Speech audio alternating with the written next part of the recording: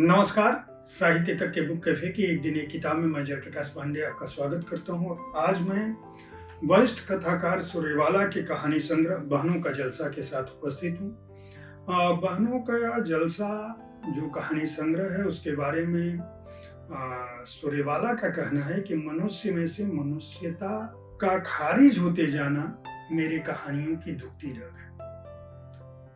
सभ्यता की दिशा में वे अपनी कहानियों को जोड़ती हैं और खास बात यह कि इन सब के बीच यथासंभव नीति को तलाशती और सहेजती रहती हैं। इस संग्रह में कुल 12 कहानियां हैं सूर्यवाला की, जिनका नाम है बहनों का जलसा, वाचाल सन्नाटे, विजयिनी, वेणु का नया घर, बच्चे कल मिलेंगे, प्रतिद्वंद्विनी, सिर्फ एक गुजारिश है सर, जंगल समझता है स्त्री को, सूबेदारनी का पोता, बादशाह, प्यार के रिन्यूड लाइसेंस और पंचमी के चांद की विजिट। सूर्यवाला के बारे में आप लोग जानते होंगे, वरिष्ठ कथाकार हैं। 1943 में 25 अक्टूबर को वाराणसी में उनका जन्म हुआ। मेरे संधिपत्र, कौन देश को वासी, बेड़ू की डायरी, सुबह के इंतजार तक, अग्निपंखी, यामिनी कथा, दीक्षांत उपन्यास आ चुके हैं। ढेर सारे कहानी संग्रह आ चुके हैं, जिनमें एक इंद्रधनुष जुबेदा के नाम, दिशाहीन, थाली भर चांद, मुंडेर पर, गृह प्रवेश, सांझवाती, कात्यायनी संवाद, मानुष गंध, गौरा गुणवंती शामिल है। व्यंग्य संग्रह भी आ चुके हैं, विदेश संस्मरण भी लिख चुकी हैं, हास्य उपन्यास, बाल हास्य उपन्यास भी लिख चुकी हैं। उनकी कहानियों पर धारावाहिक भी बन चुके हैं। दुनिया भर से पुरस्कार पा चुकी हैं, भारत में भी बहुत सारे पुरस्कार पा चुकी हैं। खास बात यह है सूर्यवाला जी की जो कहानियां हैं वह आधुनिकता की तरफ बढ़ते समाज के बीच पलते सन्नाटे और अकेलेपन की कहानी। मुझे लगता है कि जब भी मैं सूर्यवाला जी को पढ़ता हूँ, उनके लेखन को पढ़ता हूँ, तो मुझे लगता है कि एक अलग तरह की छटपटाहट उनकी लेखनी में है। वे तेजी से भागते समाज के युवाओं के बीच अपनी आत्मीयता में डूबे बूढ़ों के अकेलेपन को और छीजते रिश्तों को बचाने की कोशिश करती है। वो उनकी हर कहानी में, उनके हर उपन्यास में ये भाव जो है, ये पीड़ा दिखती है हमें। और खास बात यह कि सूर्यवाला जी की भाषा का जो लालित्य है और जो प्रवाह है वह आपको बांध के रखता है।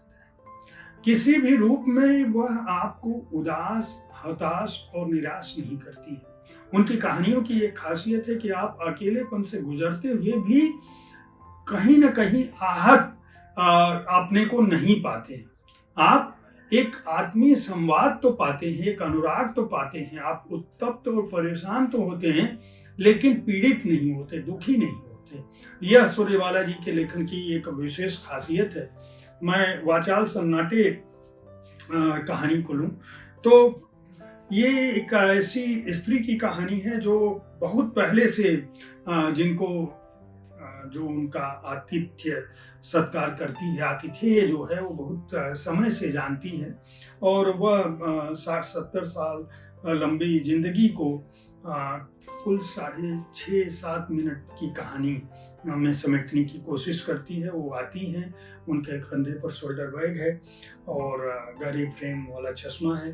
घर में पहुंचती हैं, बाटा सोल की चप्पलें हैं, और एक तरह का उनका वर्णन है कि एक बुजुर्ग महिला आती हैं और वह चुप होती हैं, उनके चेहरे पर एक सन्नाटा है। और उनकी ट्रेन सुबह 4 बजे पहुंची थी। उनके पति जो आतिथ्य सत्कार करती हैं, गृहिणी हैं, उनके पति गए थे उनको लेने के लिए, और उन्होंने बार बार फोन पे कहा था कि आप को लेने आने की जरूरत नहीं है, मैं इंतजार कर लूंगी, घबराइएगा मत। और जब उनके पति लेकर आते हैं तो ये उनको देख के उनके चेहरे पर रौनक आती है और कहती हैं कि आपको बहुत देर स्टेशन पे चलना हुआ होगा, आप थक गई होंगी। पति इनके टोस्टर में ब्रेड डालते हैं और ये पुरानी बातें याद करने लगती हैं कि आपको हम जब पहली बार देखे थे भारत में तो किस तरह से आप के चेहरे पर ताजगी थी और कितनी रौनक थी, और उसके बाद हम लोग इतने बरसों बाद मिल रहे हैं। फिर बातें होती हैं और जिसमें पता चलता है कि उनकी बेटी बहू काम पर है, और वो बार बार इस बात का प्रयास करती हैं कि इन लोगों को ये समझ में ना आए कि बहू और बेटे के नौकरी पर होने के चलते ये अकेलेपन से जूझ रही हैं। लेकिन ये कहती हैं, अरे अच्छा हुआ आप आ गए, इसी बहाने हमारी मुलाकात हो गई।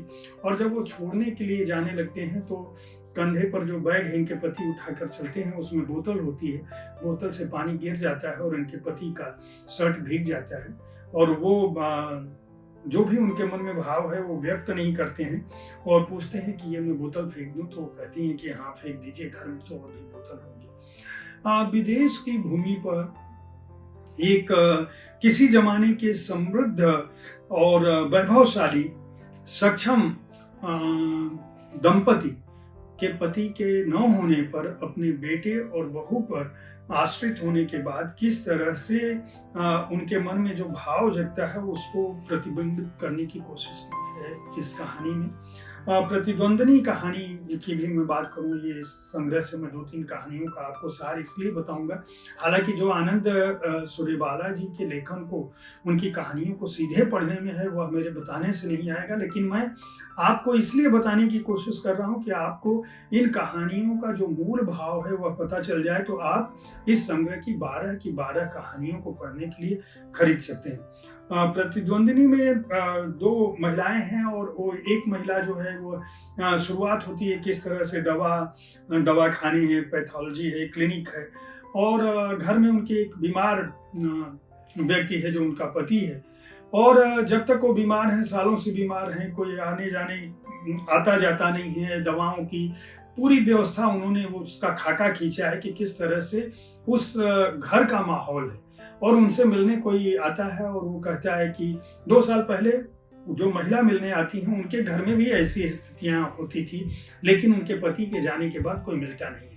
इस घर में अभी भी लोग आ रहे हैं, और एक दवा का माहौल है, आपस में वो बात करते हैं कि माणिक भाई नहीं रहे तो फिर लोगों का आना जाना किस तरह से बंद हो गया, और वो कहती हैं मैं भी कहाँ तुमसे मिलने आई, देखने आती हैं।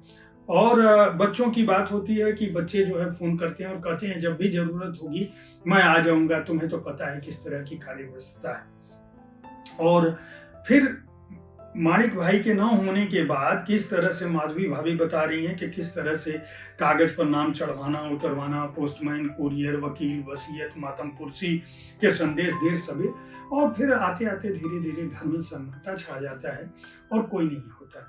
यह महिला सोचने लगती है कि एक समय जब तक ये हैं तब तक यहाँ पे माहौल किस तरह का अच्छा है, और भले ही दुख है लेकिन लोगों का आना जाना है, कल हो सकता है कि हमारी स्थिति इनकी तरह से हो।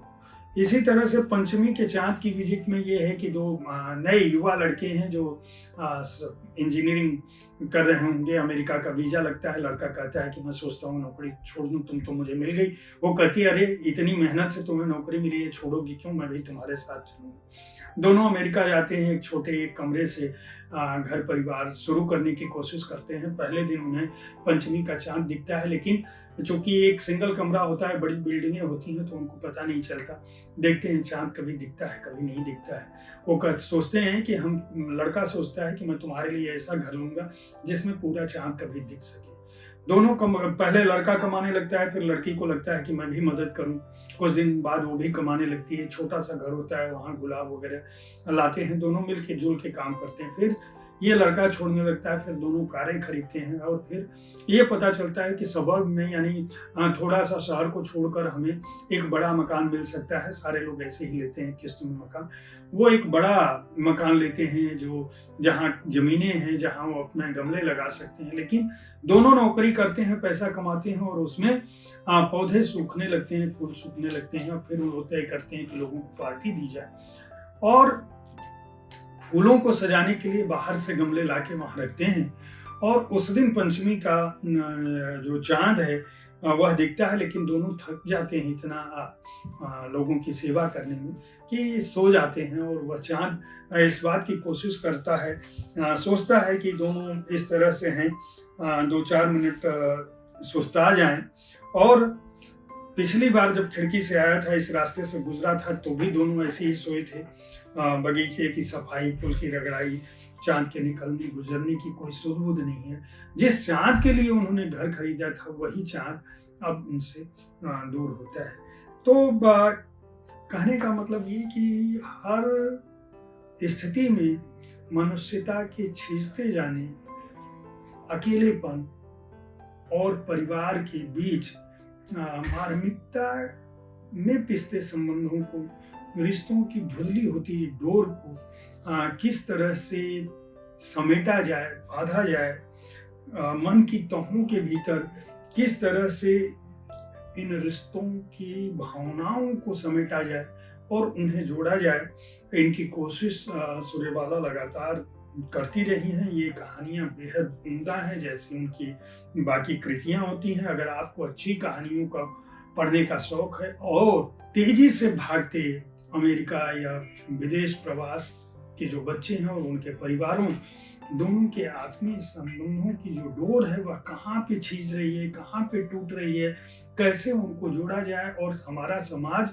किस तरह से मनुष्यता के और करीब हो, इसको समझना हो, तो यह पुस्तक युवा वर्ग को भी और बुजुर्गों को भी पढ़नी चाहिए, खासकर उन सभी को जिनके बच्चे विदेश में हैं या जो विदेश जाने का सपना देख रहे हैं। इस पुस्तक को राजकमल पेपरवर्क्स ने प्रकाशित किया है।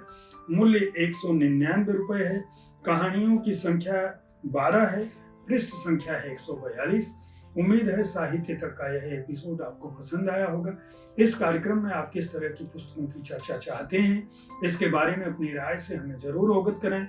हमारी कोशिश होती है कि विविध विधाओं की पुस्तकों के साथ आपके पास पहुंचूं, ताकि आपको अच्छी पुस्तक चुनने में आसानी हो। कल ठीक इसी समय ऐसी ही किसी एक पुस्तक के साथ मैं फिर मिलूंगा। देखते रहें साहित्य तक। धन्यवाद।